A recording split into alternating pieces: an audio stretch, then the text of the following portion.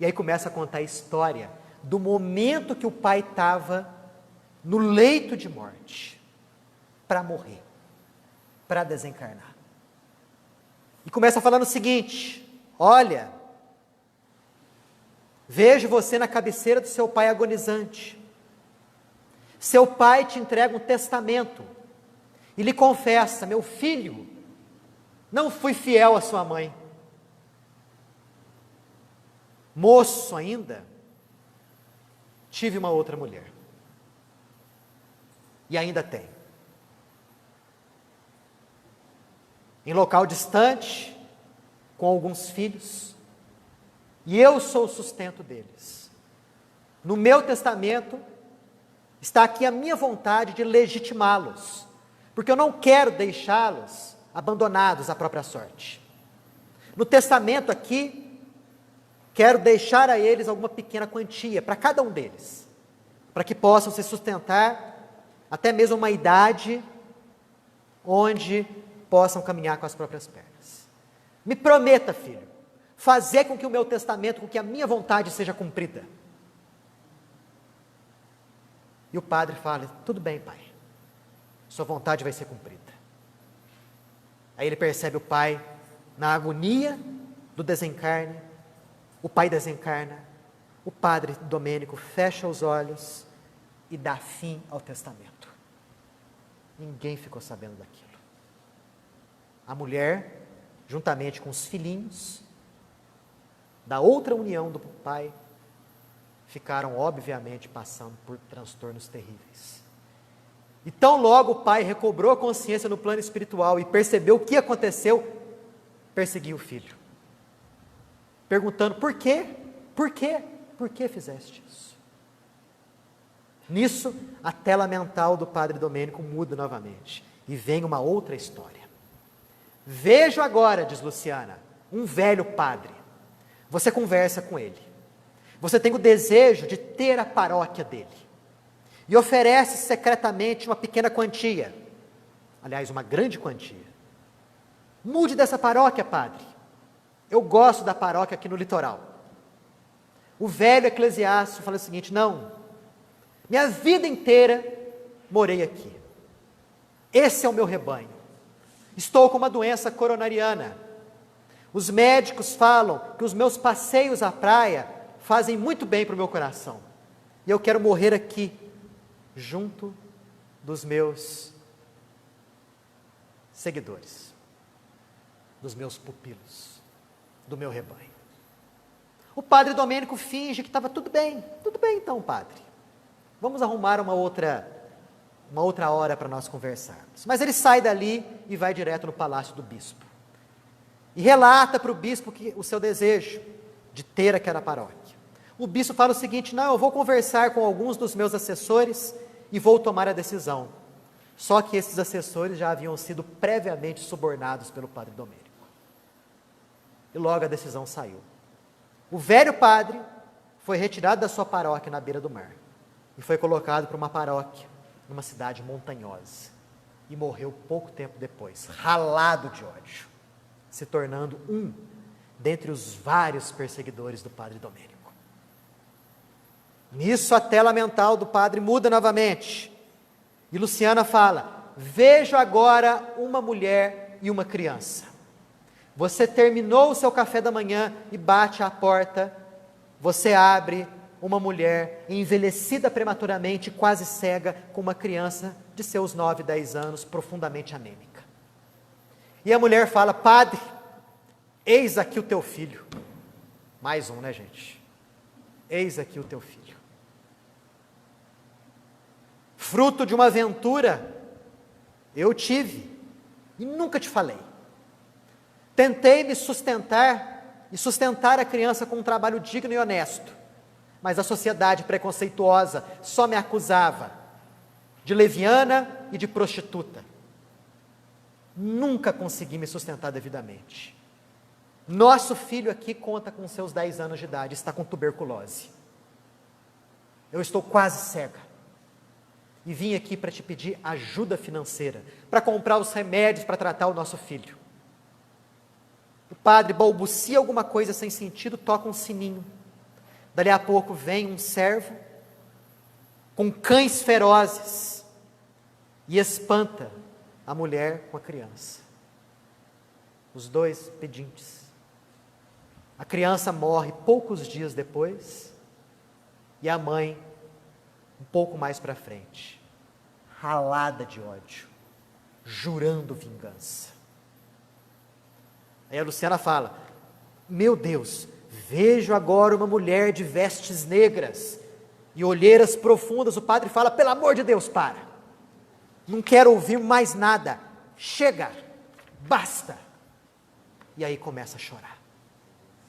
Soluços profundos, provenientes lá do fundo de sua alma. E aí as lágrimas começam pela primeira vez, depois de muitas décadas, a banhar o rosto do padre Domênico. Até aqui, perguntas, observações?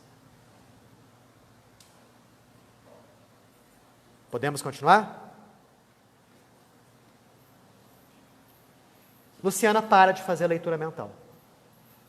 E Zenóbia, que estava com o padre na cabeça, né? A cabeça do padre no seu colo, vira para o pessoal e fala o seguinte: vou pedir para o padre Hipólito semear algumas boas ideias no nosso querido padre Domênico. Porque a dor já fez o seu trabalho de revolver o solo íntimo do seu coração. Agora ele está preparado para receber ideias renovadas. Enquanto isso, vou me concentrar aqui para poder chamar a mãe do padre Domênico. E ela se concentra e o padre Hipólito começa a conversar com o padre Domênico. Viram? Viram a importância da dor? Foram necessárias décadas para dobrar uma alma orgulhosa, rude e vaidosa. Durante mais de 40 anos, ele foi impermeável aos bons conselhos, às boas orientações. Houve necessidade dele sofrer por anos a fio nos abismos da dor e do desespero, para que seu coração finalmente amolecesse e ele recebesse algumas sementes de esperança para um futuro de reparação. Allan Kardec, no livro O Céu e o Inferno, nos esclarece que a reabilitação da alma passa necessariamente por 3 estágios: a expiação, que é a dor; o arrependimento, que é a renovação mental;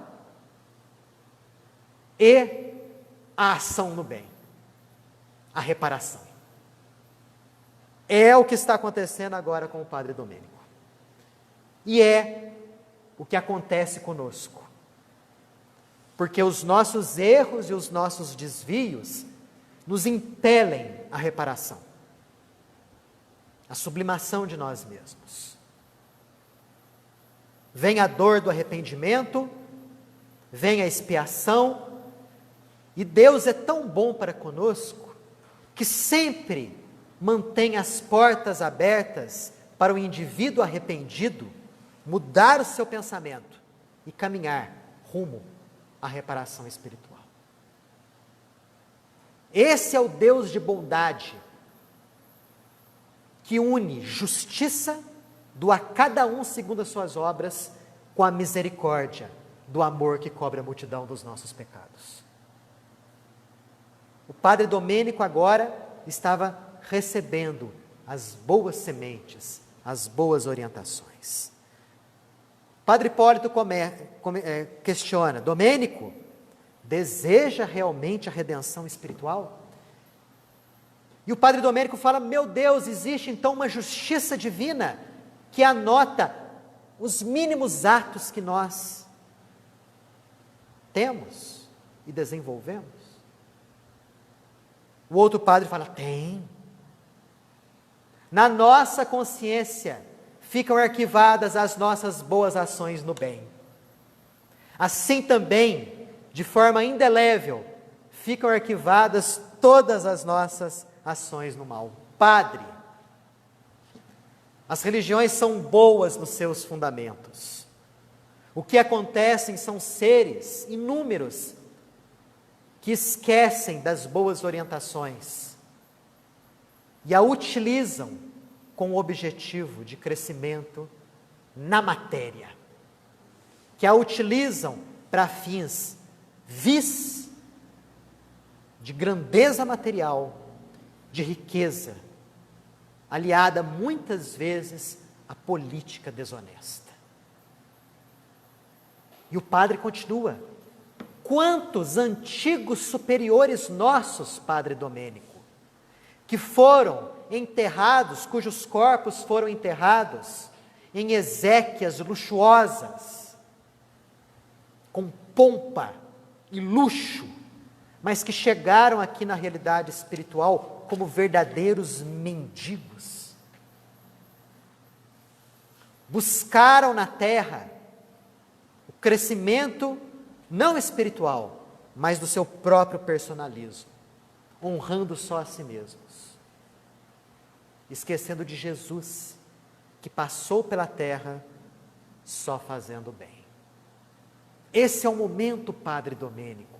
Por que não nos redimirmos agora, com o intuito de, por nossa vez, estendermos a nossa mão àqueles que sofrem, àqueles antigos servidores nossos que sofrem nos abismos, e antigos superiores também. Perguntas? Observações? Comentários? Nisso, Padre Hipólito deixa de falar, porque ele vê chegar a figura de uma velhinha com boa aparência, bastante simpática. Essa velhinha cumprimenta Zenóbia, um abraço, cumprimenta o restante da turma, não era nem preciso se apresentar. Chamava-se Ernestina, mãe do Padre Domênico. Ela se ajoelha junto ao filho, coloca a cabeça dele no seu colo, faz uma prece. E por uma ação magnética, o Padre Domênico, que não enxergava ninguém ao seu redor, passa a enxergar a mãe. E André Luiz descreve como sendo uma das cenas mais comoventes que ele já havia visto. Aquele indivíduo antes duro e orgulhoso, que blasfemava contra a justiça divina, exclama como se fosse uma criança desamparada: mamãe, é você, mamãe. E se abraça a ela, e chora copiosamente: mãe, a justiça divina me alcançou, sou um réprobo, um vil criminoso. Será que você ainda consegue me suportar, mãe? E ela fala: meu filho, não sei se você é criminoso, eu só sei que eu te amo. E que embora exista a justiça de Deus, que é inexorável, há o amor dele que permeia a tudo. Ninguém permanece abandonado, meu filho. Mesmo aqueles indivíduos que estão nos abismos da dor e do sofrimento, a bondade divina está sempre presente, sempre disposta a abrir os seus braços à reparação daqueles que sofrem. Gente, isso é belíssimo. Comparem essa informação com aquela informação que nos foi recebida, de que o indivíduo que morre não tem mais chances de recuperação do lado de lá. Que se ele for para o inferno, ele vai permanecer no inferno pelo resto da eternidade. Comparemos essa informação com as informações que a doutrina espírita nos traz. De um lado, nós enxergamos um Deus limitado nas suas ações. Um Deus que somente concede reparação e perdão enquanto o indivíduo se encontra na carne. Mas depois que o indivíduo desencarna, não existe mais chance dele se redimir. E aí ficariam milhões e mais milhões no inferno, num sofrimento eterno, onde todo arrependimento é inútil, porque de lá não podem sair. Comparem a ideia que nos é jogada desse Deus, com a ideia que nos é jogada de um Deus misericordioso, justo e bom, que abre as portas para a reparação para todos os filhos que erram, dentro ou fora da carne. Porque a bondade de Deus não tem limites. Todos nós que sofremos, nós estamos tendo aqui oportunidades de resgate. Quanto sofrimento às vezes surge no nosso coração. Quantas vezes a justiça divina nos atinge a todo momento, aliás, e nos vemos envoltos em dificuldades várias, em desafios tremendos. São momentos como esse que a nossa visão do Pai deve prevalecer, em que nós devemos nos libertar das algemas duras da matéria e elevar o nosso pensamento para enxergar toda a situação de cima e verificarmos o quanto que a bondade de Deus está presente nas nossas vidas, o quanto que basta queremos avançar, que os emissários do mais alto estão sempre presentes, nos orientando, nos iluminando, nos esclarecendo, nos pacificando o coração, nos iluminando com as suas energias positivas. Nunca deveríamos nos deixar abalar por nenhum tipo de dor e de sofrimento. Mas nós que somos espíritas e conhecedores de que a vida já existia antes do nascimento e continuará a existir após a morte do corpo. E que compete a nós construirmos um futuro de paz e de felicidade. Nunca deveríamos nos deixar abater, nos rebelar, nos revoltar. A mãe dele continua: meu filho, você foi um doente. Você se deixou envolver pelas sugestões do mal por sua própria deficiência espiritual. No entanto, estão abertas as portas para o teu arrependimento. Após a morte do corpo, a vida na realidade espiritual prossegue. Desenvolvemos faculdades várias, prosseguimos no nosso crescimento. Ou por acaso você imaginava que a tua mãe se encontrava no céu, alheia à dor sua e de outros inúmeros que eu conheci? Dizem, pessoal, que os umbrais e os abismos estariam numa situação muito pior se não fosse a alma valorosa das mães,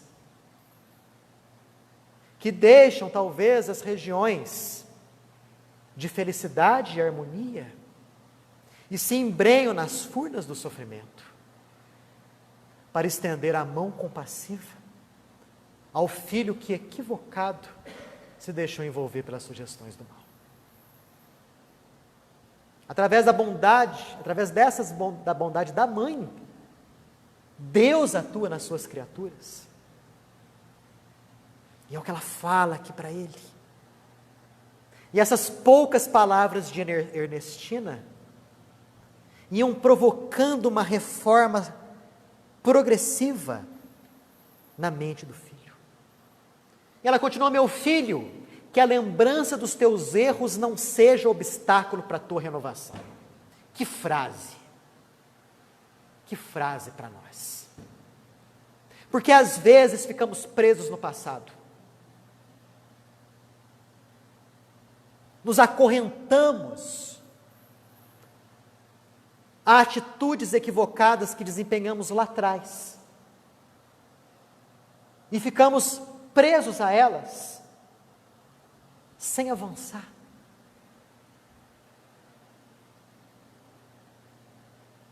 Quando nós ficamos aferrados ao erro, com o pensamento voltado, lamentando profundamente o que foi feito, perdemos as oportunidades de crescimento no agora, no hoje. E é o que ela orienta o filho. Sabe, as tuas antigas vítimas, meu filho, se encontram vivas tanto quanto você. Quando você estiver suficientemente equilibrado, busque-as. Ofereça a elas o amparo, o seu pedido de perdão. Encare as dificuldades da sua renovação. Mas para isso, você precisa de duas coisas. E devemos ouvir muito bem, nós que aqui estamos acompanhando esse estudo. Quais são as duas coisas que o padre Domênico precisava para poder avançar na sua reparação? E as duas coisas que nós precisamos para que avancemos na nossa reabilitação espiritual. A primeira, a esperança. Nunca deve faltar. E a segunda, o espírito de serviço. Lamentações, reclamações, suspiros profundos não constroem nada. Busquem fazer a seguinte coisa: anotar numa folha, num caderninho, desde o momento que vocês acordam até o momento que vocês vão deitar, quantas vezes vocês lamentaram, reclamaram e suspiraram durante o dia. Coloca isso de um lado e coloca do outro lado quantas vezes houve durante um dia a gratidão, o espírito de serviço e a alegria de viver. Vamos ficar impressionados do quanto que nós ainda insistimos em abordar os aspectos negativos, fixando ali a nossa mente e esquecendo de exaltar a vida que renova sempre. A orientação dela para o filho é uma orientação para nós também. Não veja sacrifícios onde só existe oportunidade de serviço. Que outra frase, hein? Dentro dos nossos desafios, por vezes nos sentimos como se estivéssemos carregando um fardo tremendo. E o amor próprio é tão grande, transbordante em orgulho, que falamos: ai, eu não mereço isso, ai, eu não suporto isso, ai, eu quero abandonar tudo, que vontade que eu tenho de viajar para um lugar bem distante e deixar tudo para trás. Lê do engano. Engano porque a nossa consciência vai para onde nós formos. E ela, mais dia menos dia, cobra a reparação do mal feito anterior. Confiemos em Deus. E Domênico fala: mamãe, me recordo agora de quando era criança. Me recordo das preces que a senhora me ensinou. Me recordo dos seus ensinamentos, de enxergar Deus nos mínimos detalhes da natureza. Mas ao crescer, me deparei com a vida dura e não tive forças no envolvimento com a prática do mal. me ensina novamente a orar, mãe. E Ernestina, juntamente com Zenóbia, que Domênico não enxergava, conseguiram colocar o padre de joelhos. E ele, naquele gesto infantil de unir as mãos em prece, começa a repetir palavra por palavra da prece que a mãe estava fazendo naquele exato momento. E após terminada a prece, ele suspira aliviado, como se um peso tivesse sido deslocado de suas costas, sentindo-se quase feliz. E fala: mamãe, e Zenóbia? Onde que ela se encontra? Será que ela se esqueceu de mim? E Zenóbia não esperava isso. Ela fica chocada com a pergunta do padre Domênico. O padre não a estava vendo, só via a mãe. A mãe responde: Zenóbia certamente nos acompanha, filho, de esferas superiores. E ele fala num tom de lamento: ah, mãe, se nós tivéssemos nos casado, nutríamos tanto desejo de construir uma família, quem sabe nada disso tivesse acontecido comigo. Me casando com ela, tendo filhos, seria um bom pai, um bom marido. Zenóbia era uma lente milagrosa que me fazia enxergar a vida sob um outro prisma. Mas ela se casou com outro homem. E eu, desesperado, busquei me tornar padre, achando que ali eu teria um refúgio, um refrigério. Ledo engano. Só me encontrei diante de convenções, me sucumbi no abismo de erros. Então, gente, essa era a ligação da Zenóbia com o padre Domênico. Ela havia sido namorada dele, quando os dois estavam encarnados aqui. E por uma circunstância da vida, os dois não se casaram. E o padre Domênico, desesperado, veio com aquela ideia falsa, que muita gente tem ainda nos dias de hoje, de abandonar e deixar para trás a vida mundana, esquecer a dor e os desafios e se enterrar na religião. Como se somente esse gesto bastasse para lhe dar paz de espírito. Mas quando não existe vocação para o sacerdócio, o que a gente vê são escândalos como esse. Há inúmeros padres e freiras que têm a vocação e são criaturas humanas fantásticas. Já outros entraram para a vida sacerdotal não com esse tipo de interesse, mas por fuga, ou por conveniência, ou sabe-se lá qual outro motivo. E, infelizmente, não se dão muito bem.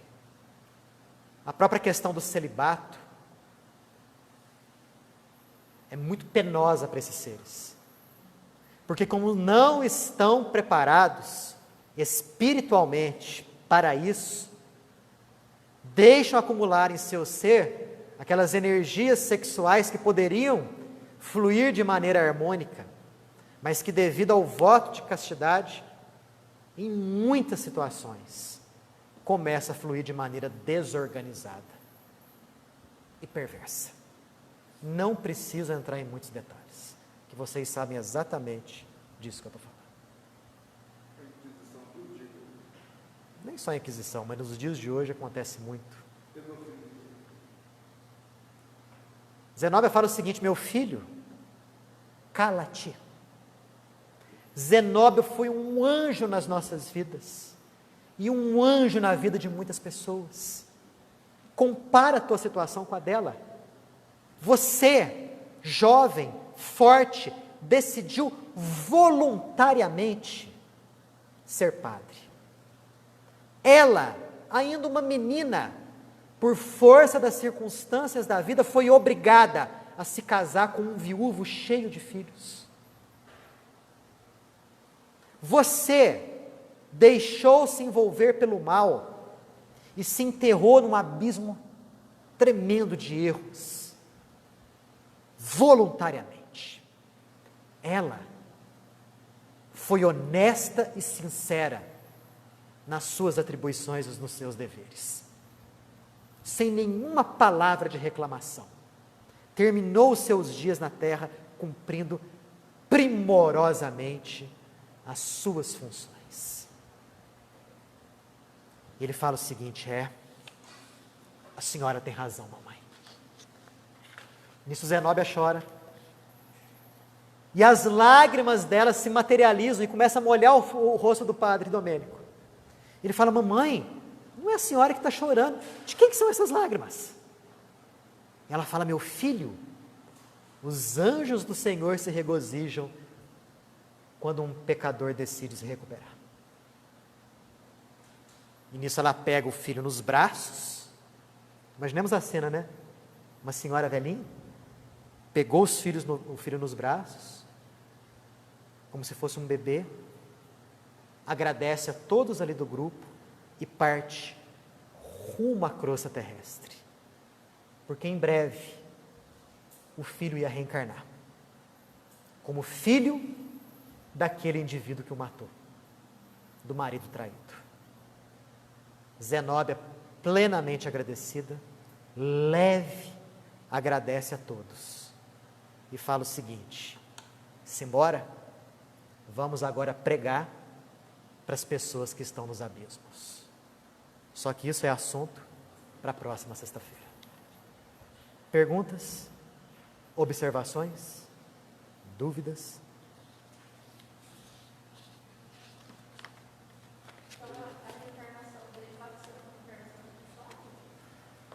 Olha, ele não teve condições de decidir nada a respeito da sua futura reencarnação.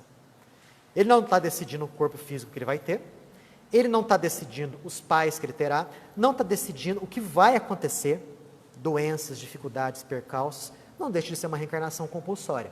Só que aqui tem um detalhe: ele não estava mais revoltado, né? Porque a gente viu que se ele tivesse sendo conduzido no estado em que se encontrava, o próprio organismo materno poderia sucumbir ante aquela carga nociva de energias deletérias. Houve necessidade dele primeiro se arrepender para depois ser reconduzido à reencarnação. Então, não deixava de ser uma reencarnação compulsória. Ele tinha que reencarnar. Mas alguém avalizou. A mamãe dele. Eita mãe, hein? Que coisa. Em agradecimento, fechemos os nossos olhos. E nessa época difícil que a nossa humanidade vive, onde o desespero e o pânico tomam conta de inúmeros corações, a certeza da existência de um poder criador maior, que nos ama e sustenta, deve fazer parte constante dos nossos pensamentos. Apliquemos esse ensinamento em nós próprios. Quando o desespero e a dor chegarem em nós, elevemos aos céus esse pedido de equilíbrio, de luz e de paz. E seremos atendidos. Sirvamos de motivo de renovação para inúmeros que estão ao nosso redor e que não têm o conhecimento que nós temos. E que se desesperam, achando que a vida termina com a morte. E que a separação dos seus entes queridos passa a ser algo eterno e intransponível. Levemos, na medida das nossas possibilidades, o alívio e o refrigério para essas almas. Porque naquele momento, os bons espíritos falarão por intermédio de nós. E nós saberemos o que dizer e o que falar. E seremos motivo de equilíbrio e de pacificação no coração de muitos. Que Deus nos abençoe. Que assim seja.